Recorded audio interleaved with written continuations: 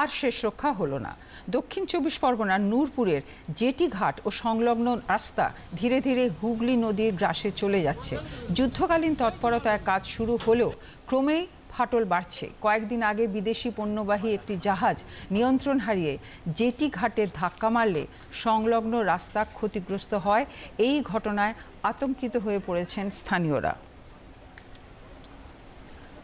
Diamond হারবারের বিধায়ক পান্নালাল হালদার বলেন, ভাঙন রোধে পদক্ষেপ নেওয়া হচ্ছে। নূরপুর থেকে গাড়িয়ালায় যাওয়ার যে জেটিটা, সেই জেটিটা পাড়ে রাস্তা, পাকা রাস্তা ছিল, আমাদের সাথে করা হয়েছে। প্রাকৃতিক বিপর্যয় হয় এবং সেটা ভেঙে যায়। সেই ভেঙে যাওয়ার কারণে এখন চলাচল বন্ধ।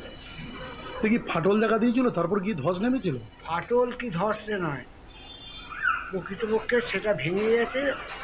যেটা ভেঙে গেছে তার জন্যে আমরা রিপেয়ারিংয়ের যে ইঞ্জিনিয়ার সব দপ্তরের ইঞ্জিনিয়ার এসেছিল, তাদের সাথে কথা হয়েছে। ওরা বলছে 8 থেকে 10 দিনের জন্যে আমরা সাময়িকভাবে লোকের চলাচলের ব্যবস্থা